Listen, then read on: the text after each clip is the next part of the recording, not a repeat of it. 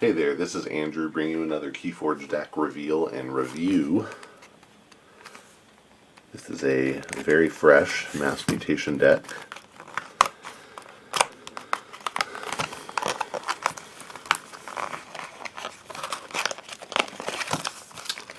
I've found a lot of fun ones. Really enjoying that. This one has a blue sticker. This is MGG. What does MG stand for in this context, I wonder? I'm going to look it up. MGG lendisolissa. Wow. Okay, let me check here.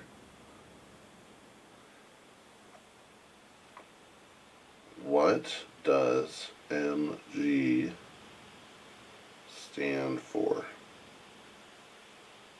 Of course it means milligrams, but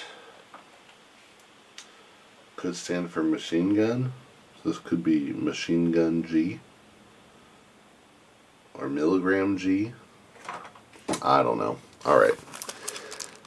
Anyway, lendisolissa. Of course I hope this is a good deck, but I'd rather my good decks have easy names. So we'll see. How would you even guess this? I'm gonna guess Sanctum, Star Alliance, Dees. Oh, I got one. It's Saurian, Sanctum, Shadows. Saurian and Sanctum, really exciting to get together, of course. And actually, Shadows can fill that out so nicely in this set because of the capture. So really, I'm hoping for capture in all three. Board control in Saurian and Sanctum, and maybe some steel in Shadows.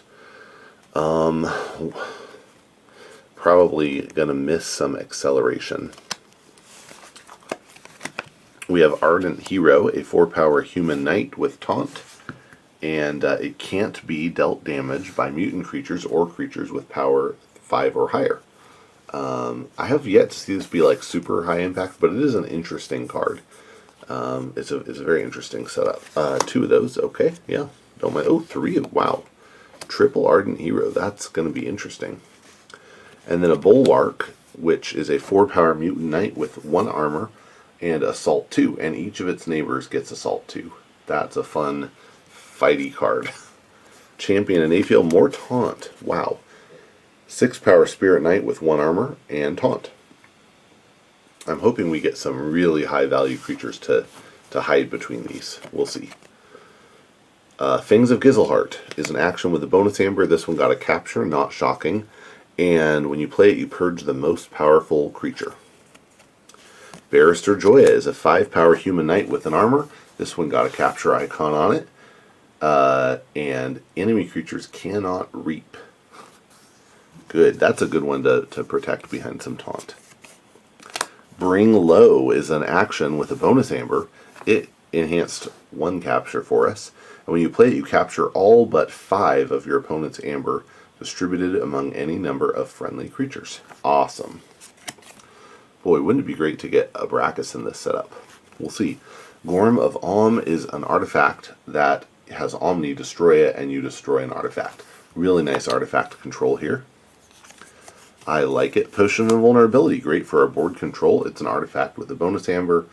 It has the Omni ability to destroy it, and for the remainder of the turn, each friendly creature cannot be dealt damage. Nice. The Spirit's Way. This one's interesting. It has a capture icon on it, which is a little counter-synergistic, but when you play it, you destroy each creature with power 3 or higher. So far, this is all of our creatures, so we got to be careful there. This might be a discard.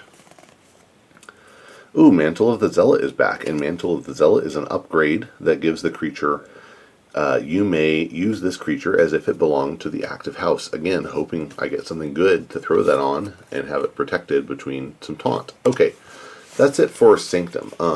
Not a lot of Ambergen here, a lot of taunt though. So really solid, interesting board control. And then I'm hoping that I get some really high value stuff in Saurian and Shadows to protect. Beware the Ides is an action with a bonus amber. When you play it, you deal 23 damage to a creature in the center of its controller's battle line. You have to be careful. If you play this when you have 7 creatures and your opponent has 6, you're going to have to kill your middle creature. Of course, this is really aimed at killing leaders. And so, beware the Ides. That's a reference to Julius Caesar, and the 23 damage is actually a reference to the number of times that he was stabbed. The 23 senators who were there each stabbed him once, so they would all share the blame. Ooh, we got a second one of those. Very interesting. Curse of Vanity is an action with a bonus amber. When you play it, you exalt a friendly creature and an enemy creature. Could be cool. A Galeatops, 12 power beast. It only deals 4 damage when fighting, but having a 12 power beast is nice. We got Thero Centurion, a 6 powered dinosaur soldier with an armor and play capture 1. Nice. Again, more board control, more capture. Makes the Spirit's Way still really not good here. Blast from the Past is an action. When you play it, you exalt a friendly creature.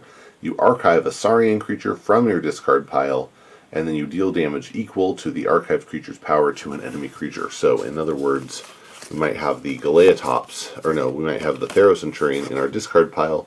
We archive it, and then we deal 6 damage to an enemy creature. And then we have the Thero Centurion to play again, so that's nice. Interesting. Lots of direct ways to kill things here. The Ides, the Blast from the Past, even the Fangs of Gizelhart. City-state interest. Each friendly creature captures 1. Nice. Dark Centurion is a 5-power mutant soldier with enhanced 2 capture icons, and when you exhaust it, or you can action it to move an amber from a creature to the common supply, and if you do, ward that creature.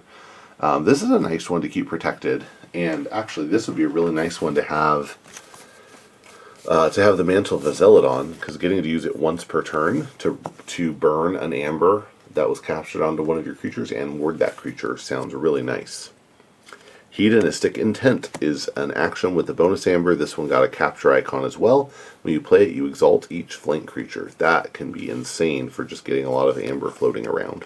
Pterodactyl is a 12-power beast. It enters play stunned, and it only deals 4 damage when fighting, but before it fights, you deal 4 damage to each neighbor of the creature it fights.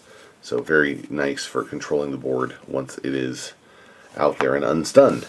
Good of the Many is an action. When you play it, you destroy each creature that does not share a trait with another creature in its controller's battle line.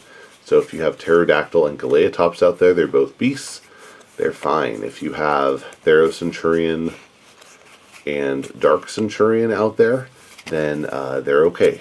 They live. But if you have, Pterodactyl all alone, no other beasts, it's gonna die. Ooh, Optiogorkus is a 3-powered dinosaur soldier with 3 armor and elusive, and each of its neighbors gains destroyed. Move each amber on this creature to a neighboring Optiogorkus. Nice. So it's a way to keep the amber captured even if the creatures die. Alright, that's interesting stuff. Nothing as flashy as I really would want. Again, having a Brachus here would just be so good, but we can't deck build. 4 amber, 5, 6, 7 so far. We'll have to see how things go in the shadows. I'm not feeling great, but Zarek would turn that around real quick. If we had elusive on all our creatures with amber on them, that might change my mind. Alright. Gamgee is a 2-power elf thief with elusive, and after it reaps, if your opponent has more amber than you, steal 1. Look over there, deals 2 damage to a creature, and if it's not destroyed, steal 1. Mug is an action with a bonus amber. When you play it, you move an amber from a creature to your pool and then deal 2 damage to that creature. This can be a way to get that more amber off your creatures. It's also a good way to kill enemies. We got a second Mug here. Nice. Rad Penny is a creature, a 1-power creature. It's a mutant and thief. When you play it, you steal 1. When it's destroyed, you shuffle it into your deck. Excellent. Shoulder Id is a 6-power Spectre. This one has a capture icon on it. It has taunt, more taunts, just what we needed. It can't fight, but when it would deal damage, it steals 1 instead. Interesting way to force your opponent to have to pay a steal tax in order to get through and be able to kill some of your other creatures. Vandalize is an action with a bonus aember. When you play it, you look at the top 3 cards of your opponent's deck, discard 1, and put the others back in any order. So this is a really nice disruption card. Better than a lot of disruption that Shadows has had in the past. We got a second one. Nice.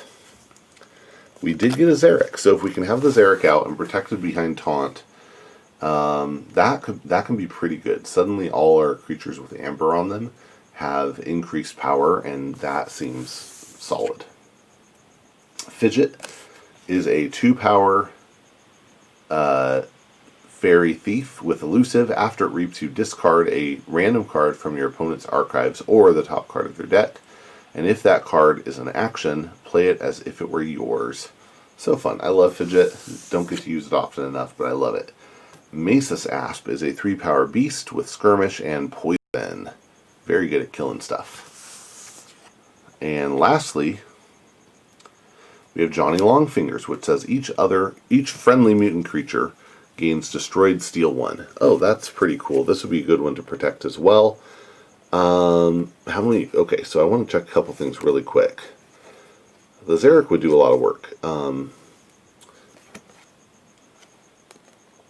Johnny Longfingers likes mutants, right? We have him 1, 2,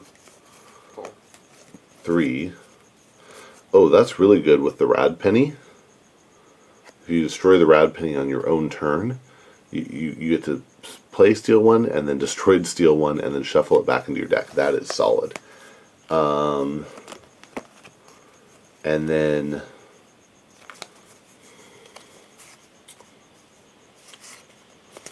we have another mutant here. So wait, sorry, I lost count. 1, 2, 3, 4,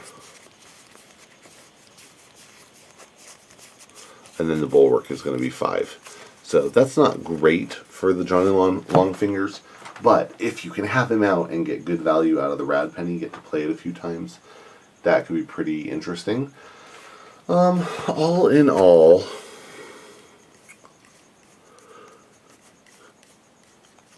I find this a little underwhelming. I don't think it's super high up the power curve, but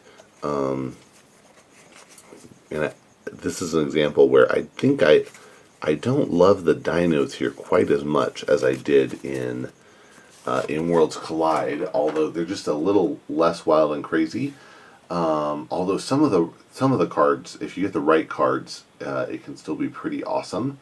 And yeah, the dinos plus the Sanctum is just like so much capture that you end up getting by the time you're done. Imagine the City-State Interest with the Xeric. Like, that is pretty cool, and I think just for that, this deck has pretty high potential. So, so I'm willing to give it a chance and see what comes of it. Once again, this was MGG Lenda Salisa, Saurian, Sanctum, and Shadows. And I hope you enjoyed watching it. I sure enjoyed making it. And I hope you will get on and forge some keys.